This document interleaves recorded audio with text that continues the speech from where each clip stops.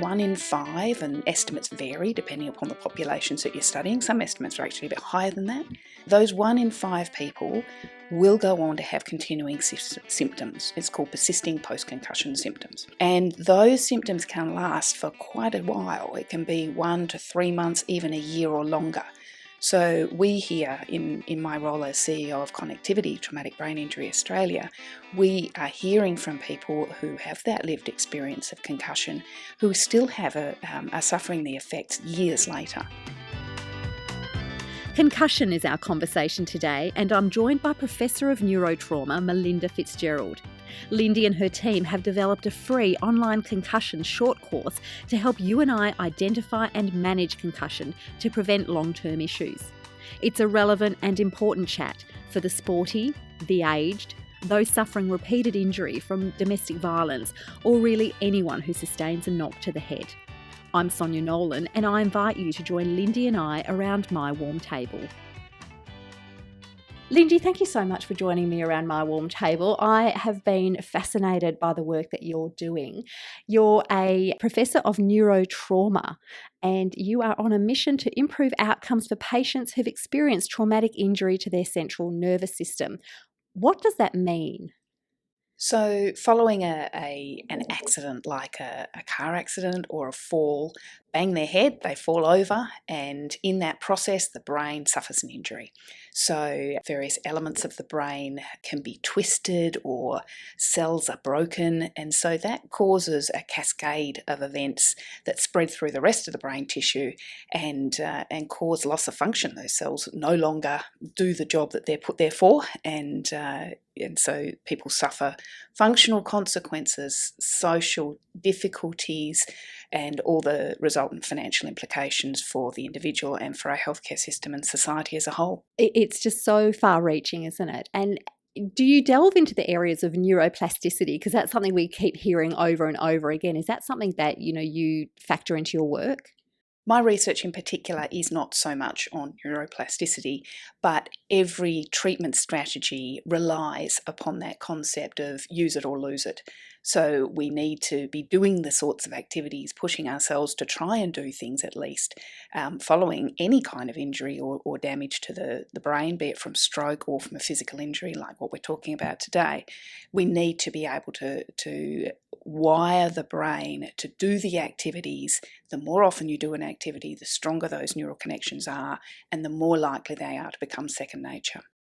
So you talked about accidents, and they're just so common in the home, aren't they? It's so easy that one day everything's perfectly fine and the next day, sadly, your whole life has changed and you've got to rebuild. Tell me about the sort of patients that you work with. Well, as a researcher, I don't actually work directly with patients all that often. Our research team do recruit participants to some of our observational clinical trials. That's some of the work that we do. But what I really am starting to get to understand in our work as we do consult with people who have experienced these injuries, that the nature of their difficulties following these injuries is really diverse. So some people will have persistent headaches, others will have like a brain fog, an inability to sort of just think clearly and concentrate. They used to be able to run numbers in their heads and they no longer can. It might be in more severe cases where people lose the ability to speak or to communicate in the way that they did before. It might be a complete aphasia or lack of ability to speak or communicate, or else it could just be more subtle, not being able to find the right word in certain situations. There can be movement difficulties and, in all sorts of manners, visual disturbances that can be associated with a migraine or not. And the lack of emotional regulation is the one that you hear a lot from carers. So tell me about that, lack of emotional regulation. Is that people get angry or they get sad? What sort of emotions do they feel? Well, the full gamut. Yeah. So it just might, you hear reports of people not necessarily being the person that they were. They're not responding to a situation in the way that they used to. There might be a lack of that self-control. Self-awareness is another really biggie, because people might not necessarily understand that they have changed and And so that obviously becomes very problematic and in some cases quite tragic for the family, because they have lost the person in their essence that they knew and loved. So it's a whole new level of adaptation and love that they have to go through. Very difficult for the families, isn't it? And of course the person experiencing this, but they may be less aware of the impact that they're having on the family dynamics because of it. Yeah, that's correct. Yeah. One of the areas that you do a lot of work in is concussion. Mm-hmm. Tell me about that, because we're right in the middle of footy season here in Australia. We all love our footy or our rugby and those contact sports. Often you hear about concussion, and it seems to be something that people almost brush off and just say, oh, he or she'll be right, they'll come good. What's the real issues that we should be aware of with concussion? Yeah, and it's a great question. It's very topical, obviously. So with concussion, it's important to recognise that most people will be fine, following a concussion, if they follow their doctor's advice and gradually return to their activities. It's very set now. It's really increasingly well understood that there's a good way to care for people following a concussion. There's a recommendation now to have the first day or two resting. Avoiding screens is a good idea in those first 2 days. And then a gradual return to normal activities where you just do a little bit more each day, just up to the level at which your symptoms come back, and then you stop. And then the next day you might be able to do just a little bit more until your symptoms come back, and then you stop. And so there's that sense of a graded return to activity, be that school, be that sport, be that activities of normal life. So if you follow that pattern, most people will recover perfectly well. Unfortunately, 1 in 5, and estimates vary depending upon the populations that you're studying. Some estimates are actually a bit higher than that. Those 1 in 5 people will go on to have continuing symptoms. It's called persisting post-concussion symptoms. Right. And those symptoms can last for quite a while. It can be 1 to 3 months, even a year or longer. So we here in my role as CEO of Connectivity, Traumatic Brain Injury Australia, we are hearing from people who have that lived experience of concussion, who still are suffering the effects years later. Now, some of that can be attributed to not really handling it well in those first few weeks. And so certainly the chances of having persistent symptoms are less if you follow that nice graded return to activities. So that's really important, I guess the first aid and the first awareness of what you might be experiencing concussion, and then to take it easy like you described. That's exactly right. And so that's a lot of the focus of what we're doing in our outreach activities, is to raise awareness of traumatic brain injury and concussion in particular. Because if people have that awareness, they know, take it easy, seek medical advice, have a graded return to activity, they'll probably be fine. So it is really important, and sort of a big focus of what we're doing is around that raising awareness. So how are you raising awareness? Because I think you've just recently launched something on your website to help people and sporting clubs and other community groups understand concussion and their first aid responses. Yeah, exactly. We're very proud at Connectivity to have just launched our concussion online short course. So this is a course you just go to our website and log into. It's free, and it is designed to be for people who might be a first responder following concussion injuries. So it might be for football coaches, for umpires, for mums and dads on the sidelines in the sporting context, also for aged care workers, because there's a big peak of elderly people who suffer these kind of injuries with falls. Of course. And it's not necessarily always recognised. Yes. So ideal for those people in emergency departments or anywhere in the community where people might be a first responder following a concussion. And it just gives them those basic understandings of what to do, that graded return to activity, and there's a whole heap of downloadable content as well. So people can download fact sheets and so forth, and it's all free. You can make a donation if you'd like to have a completion certificate. That can be arranged with a small fee.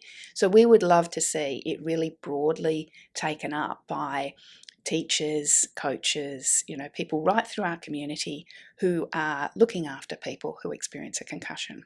We'll put those links on the show notes so that everyone can go straight to that website and undertake that very free, very important concussion training course.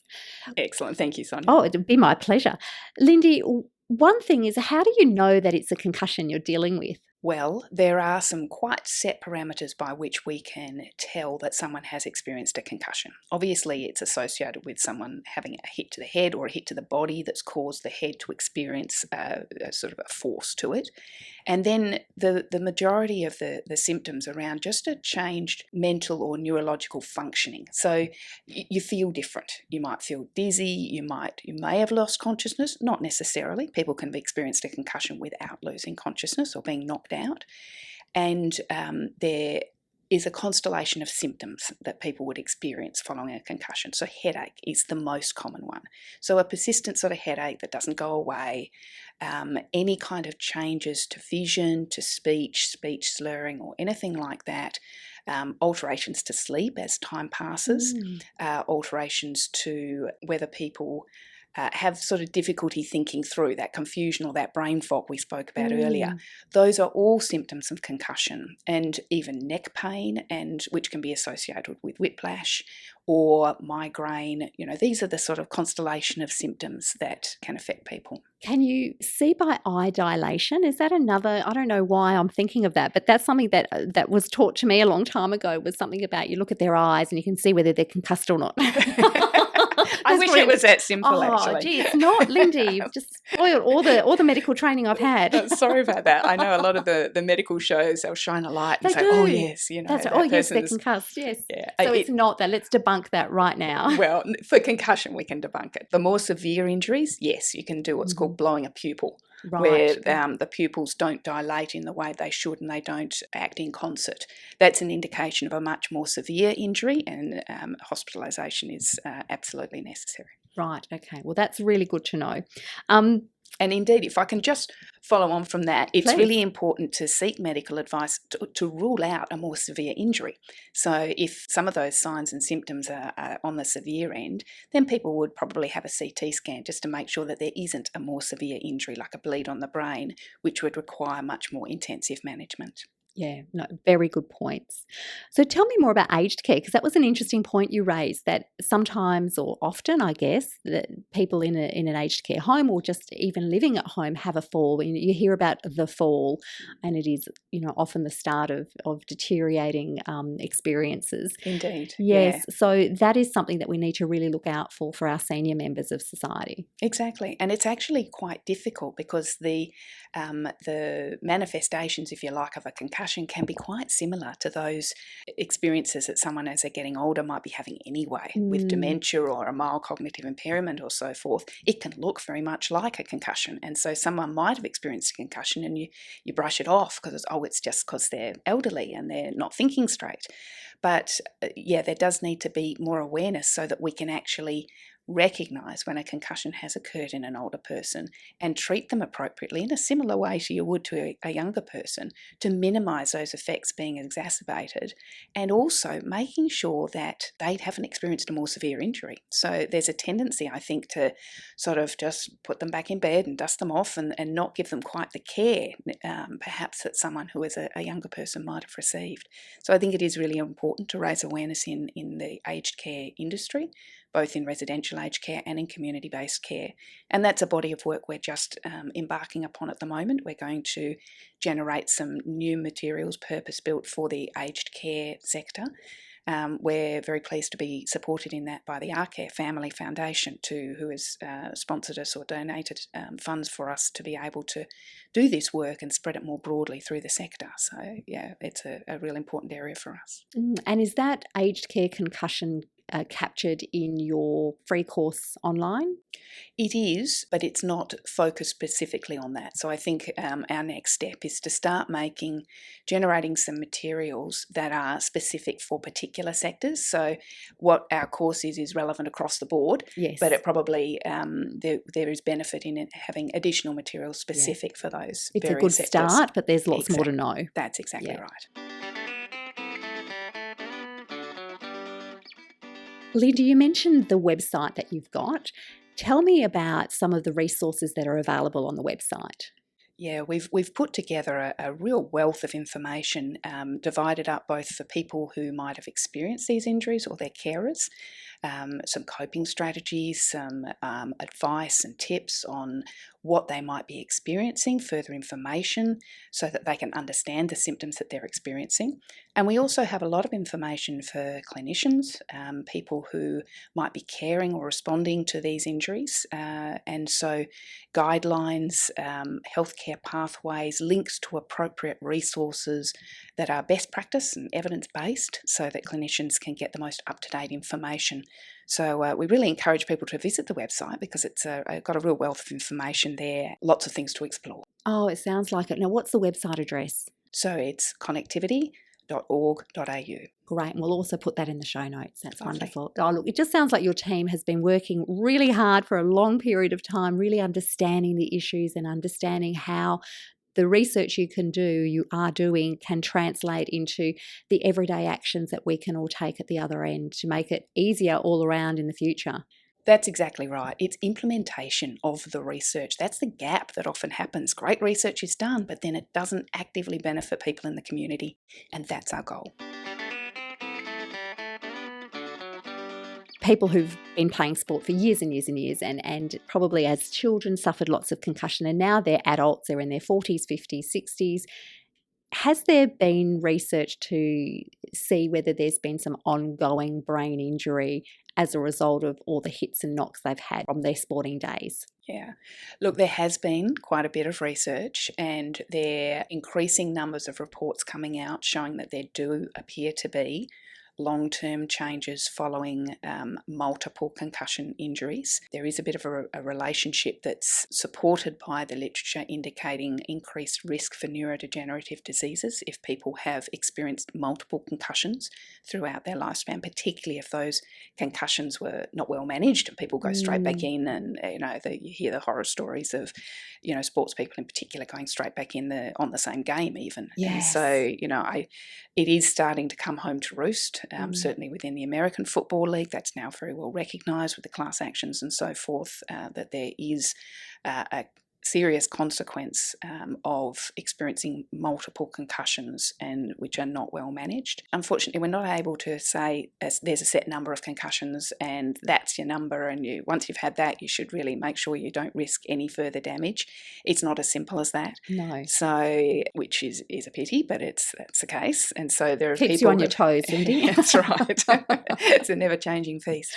Yes. So there are people who have had over 5 concussions and they're fine. So it does depend on the individual, the nature of the injury, the severity of the injury. Research in that space is quite complicated because if they're concerned that they are suffering, or their family are concerned that they're suffering symptoms as they move into advancing age, then they're more likely for that person's brain to be donated and more likely for that person to be studied.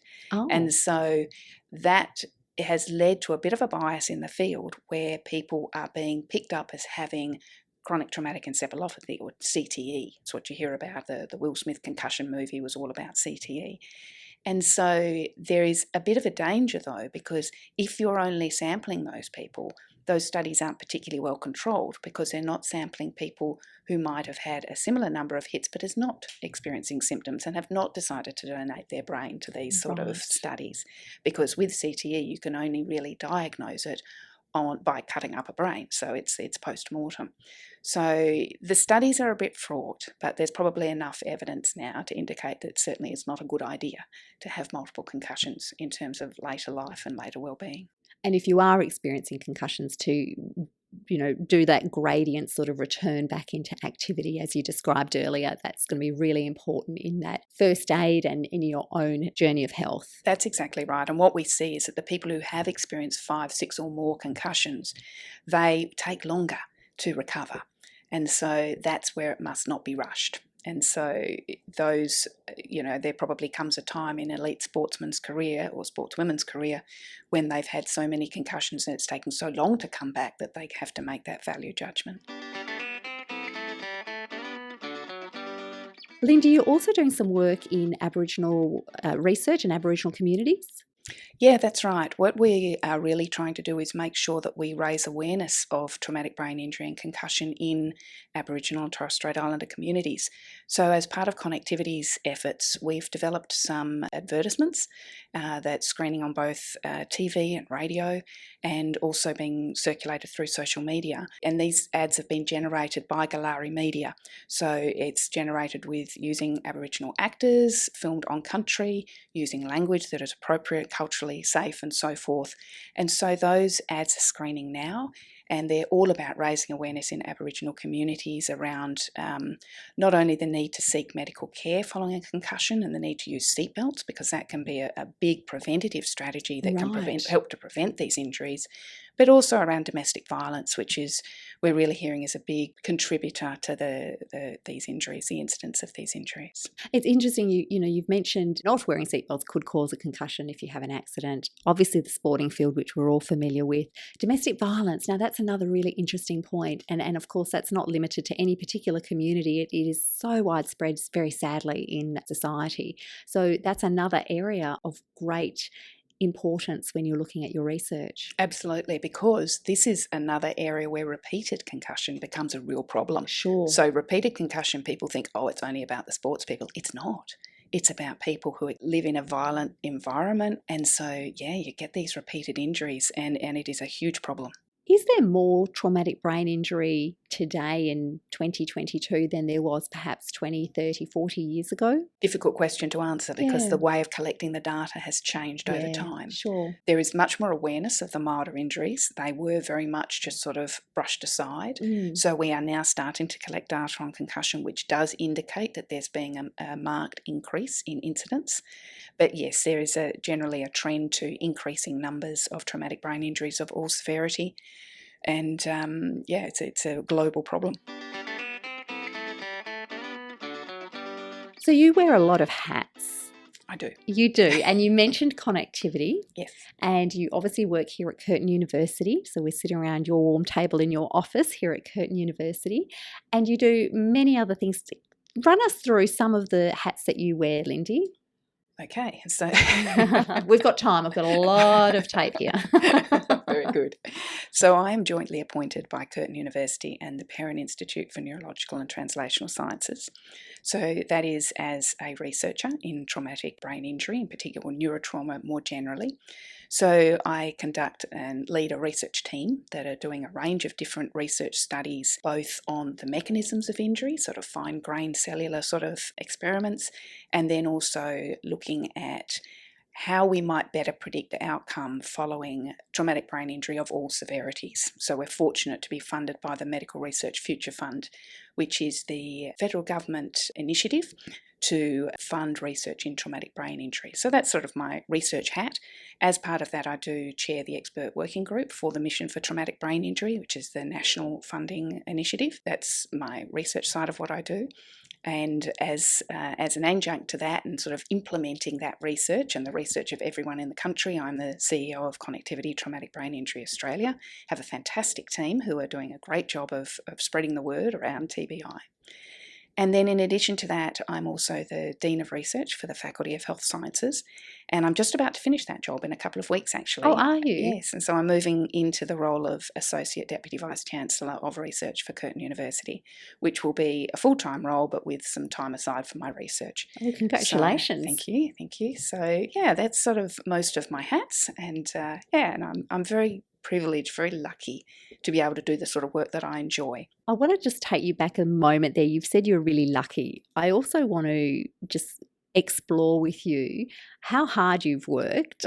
And also we had a quick chat when we first met, Lindy, about returning to work after raising children. And that has been your story in that you took some time out to raise your children and then you re-entered the workplace. But sadly, this is a story that many of us women face, is that when we do choose to step out of the workplace or to perhaps dial it back a little bit or to do some consultancy or work part-time or whatever the iteration looks like, we then find it really interesting and challenging to actually find a job match which will match our capability and capacity in our brain and our, abilities to really contribute at a high level, because we've made that decision to step out. So stepping back in is really hard sometimes. Tell me your story. Yes, it's I'm probably a little bit unusual in the research space for the journey that I've taken. I did, after I finished my PhD, I worked for 5 years in a range of postdoctoral positions on the east coast of Australia. And then I left research and looked after my children. My 2 boys were born, so I took a career break for 8 years.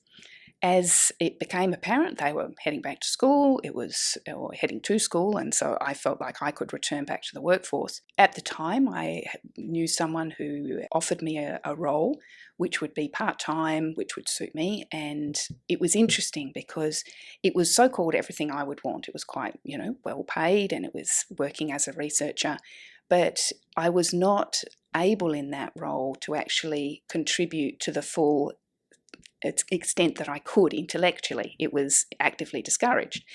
And so I realised at that time point that I really did want to do this. I really did want to get back into research, run my own research team, set my own research questions, and have that independence as a researcher. Before then, I had never really been sure about that. I wasn't even sure I'd return to science. I didn't think it could be done. Armed with that knowledge, I left that first role after 3 months. It was a bit of a false start, and I took a moment to think, okay, well, what do I really want to do? What is really interesting to me? And the brain immediately leapt to mind. It wasn't even an area that I'd worked in before. What was your PhD on? Leukemia research. Oh, okay. Yeah.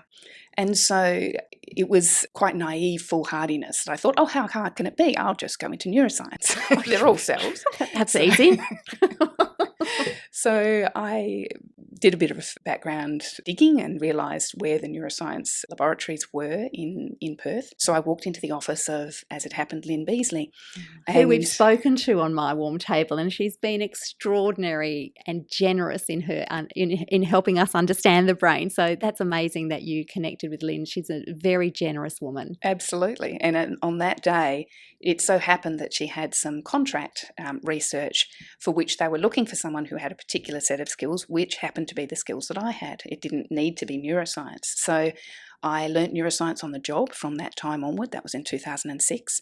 And I started at half-time at 0.6 and then went up to 0.8, eventually 0.9. By 2009, I was full-time. So I was really, really fortunate because it was an environment where there was no pressure to have to go back full-time. I could make that journey on my own terms. And so that's what I did. And so now, it's I feel myself to be very, very fortunate because I don't think that is the path that many people are able to take.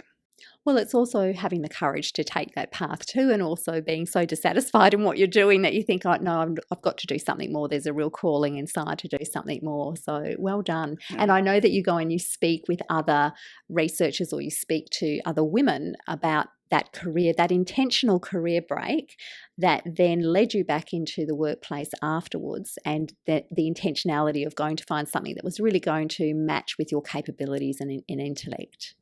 Yeah, well, that's right. And I sort of do feel quite passionately about supporting other women and how, because when you have taken a career break, there is, as a researcher, our track record is really, really important.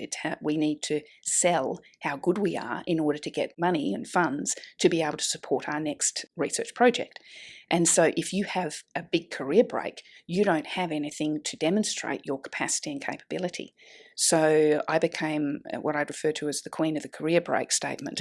And so where I could step out the relative to opportunity considerations and say, okay, no, because I've had this career break, you can equate that amount of publications and sort of really build that story, build that narrative around the fact that, yes, there's a break, but I still had the capacity to do this.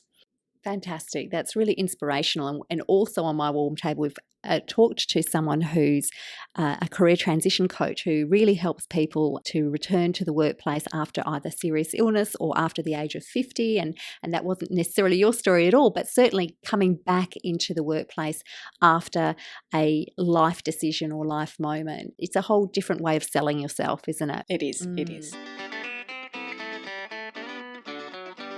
Can you leave us with a few top things we should know about the brain?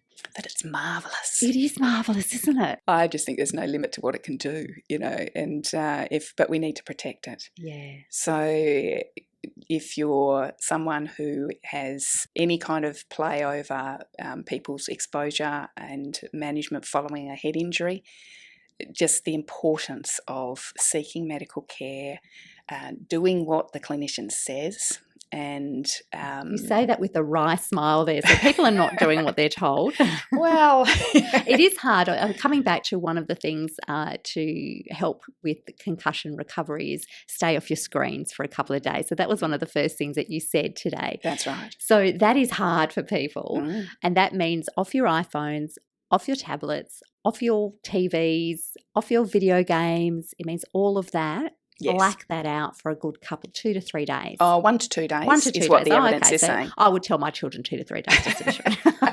Okay, 1 to 2 days. There is actually, it's a bit of a balance, because what you do here is that the young people are so connected via those technologies that you actually risk them going into a bit of withdrawal and depression if you take away their screens for too long. Okay. So it is actually a balance. So, it's, in actual fact, to go off those things for a week is not necessarily a good idea. There's some research starting to emerge that it can be detrimental just because of that lack of social interaction. Wow, yeah. So it's just 1 to 2 days, just minimise the screen time, and yeah, it's a good idea. And why is that? Is that because your eyes are moving a lot, and there's what is the effect of screens on our brains? So it's probably not entirely well understood as to what the effect is, but it will be the flickering light. It will be the concentration. It's that narrowed down concentration. You are really very actively using your brain when you're looking at a screen. There's all sorts of inputs, there's flashes, there's all sorts of firing off that goes in your brain as a consequence of looking at moving images. So it's that it's like if you strain your muscle, pull a hamstring or something on the sporting field, you don't then go off and try and run. No. You've got to rest that part of your body that has experienced that trauma. And in this case, with a concussion, it's the brain. That's right. Any other little tidbits of things that you've learned along the way and I love the fact that your PhD was in leukemia, and that then you just decided one day, I'm going to be a neuroscientist. But tell me more about what you were discovering in those early days. Were there some really wow aha moments in that time? There was actually. One of the things that I love cells. I'm never happier than when I am looking down the microscope, looking at cells, and all the different scientific fields I've worked in, I've had that as the commonality. So I love to look at cells. And what we realised in my team early on is the importance of a particular network of cells. So you've got nerve cells. They've got a central cell body, it's called, and then long projections that come out. And those long projections touch other nerve cells, and that's how they all send signals. But in support of that, there's a network of supporting cells that are called astrocytes. And they're star-shaped. And so they form this network, and they all touch each other all over the brain, or any kind of nerve that you've got, actually, any nerve of the central nervous system. So these astrocytes, they all touch each other and they all support the nerve cells.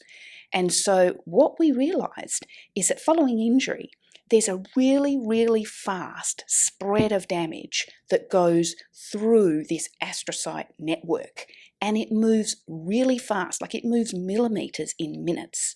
So these changes of dynamics and chemicals and damage responses in these cells spread through this network of those supporting cells. So these cells that are supposed to be protecting, and their function is, they're also the source of spreading damage early after injury.